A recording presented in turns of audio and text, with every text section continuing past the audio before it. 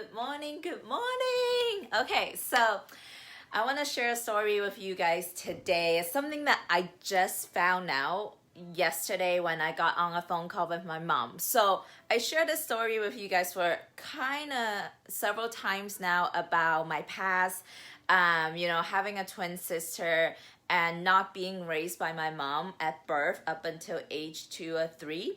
So for 25 years of my life, literally up until yesterday, I had this idea or this belief or this story about what exactly happened. And I thought that in my mind, I thought that my mom chose to give me to my auntie versus my twin sister, a way so that my auntie could raise me. So that was the story I believed in for 25 years of my life. I thought that my mom chose to raise my sister over me and that she gave me to my auntie. So, and what that story did for me for 25 years of my life was that somehow I made up a story that I was abandoned and that I was second best. I was always not as good as my twin sister. I was always not as good as someone else. So that was the story that I made up, that I lived with, that pretty much ruled my life because of that simple story that I made up back when I was a little baby, that I believed in, that I allowed to dictate my life for 25 years.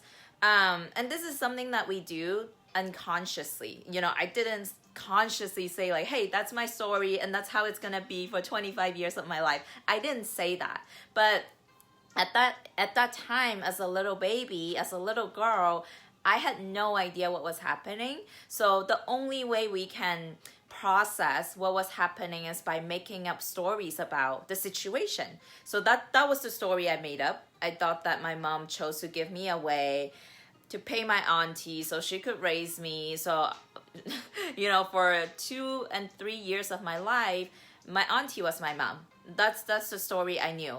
So I called my mom yesterday because I was challenged to creating more intimacy with her, because I know like if I cannot create intimacy with my mom, with myself, I just cannot do that with other people outside of those relationships. So I called my mom up. And know this, me and my mom literally never talks about anything deep and intimate. The conversations that we always have are just superficial. It's shallow. It's like, did you eat today? How's the weather? Right? We never talk about a touchy, feeling, emotional kind of topic. So I brought it up. I said, hey, Mom, do you remember when I was a baby that my auntie raised me? And then I asked her, do you know that there were moments when you and Dad came to visit me, I would run away to hide because I didn't know who they were. They were strangers to me and I didn't see them as my parents, and I felt like they were always trying to take me away. So I asked her if she knew that, and then right away my mom, like, I can hear and I can feel so much guilt from her.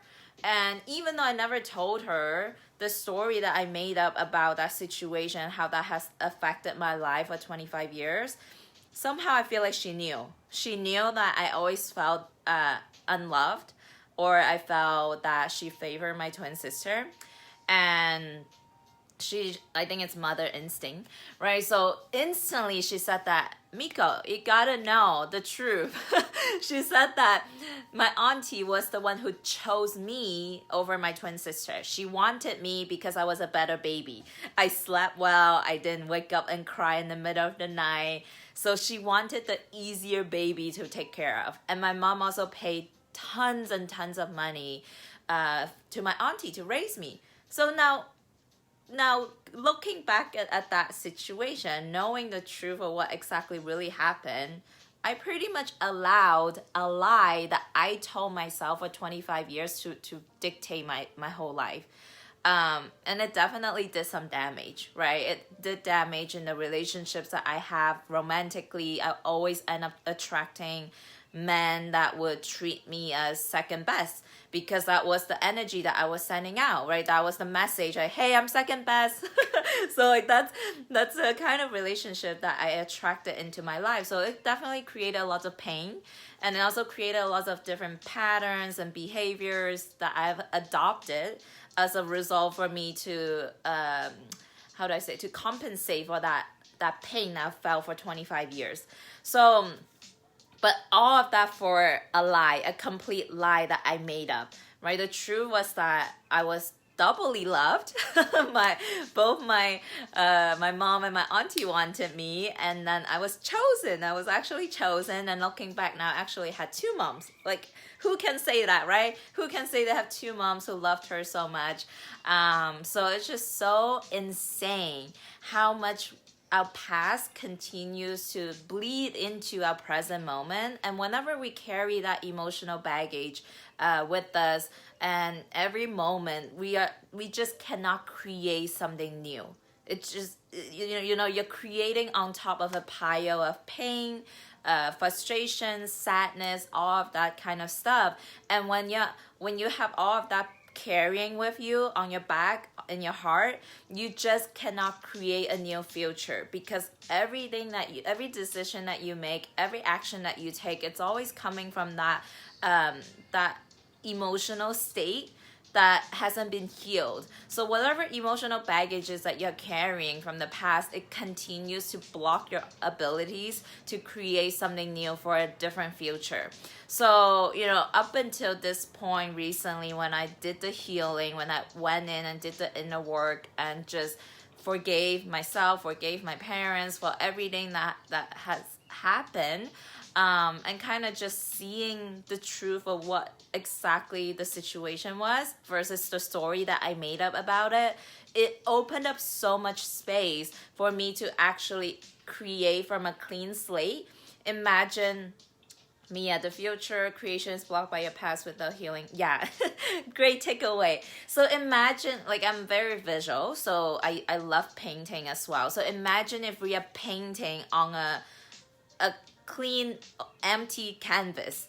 That's when we can paint beautiful masterpieces, beautiful artwork. But a lot of us, including myself up until recently, I was painting on top of a pile of a bunch of ugly pictures, layers and layers of paint, actually paint and paint. Like, are you guys seeing what I'm saying? Okay, anyways, I'll keep going with this analogy. So it's like it's just like when all of that colors mix together, it turned into this yucky black nastiness. It's not a beautiful masterpiece, right? That's what I'm saying. You gotta have a clean canvas.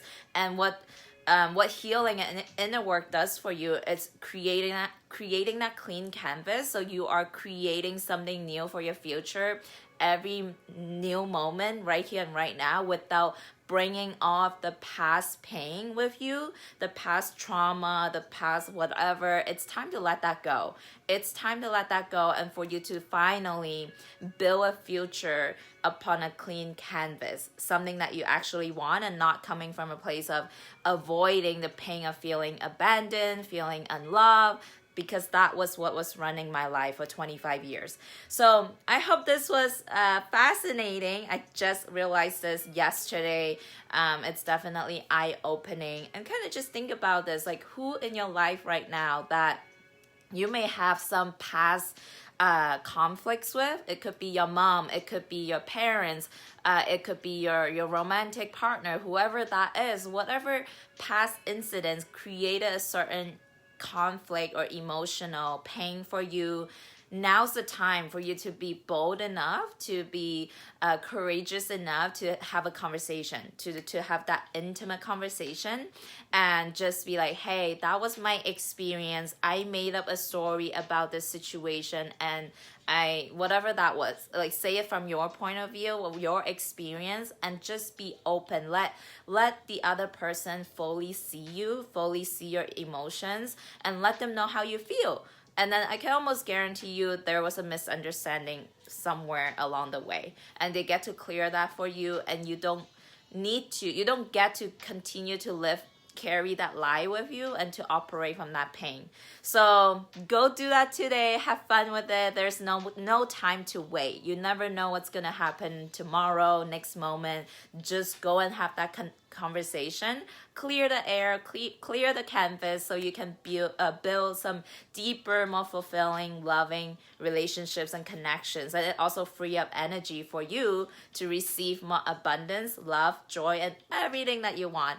All right, guys, I'm sending so much love from my heart to you. Thank you for watching. I hope you have a fantastic day, and I'll see you tomorrow.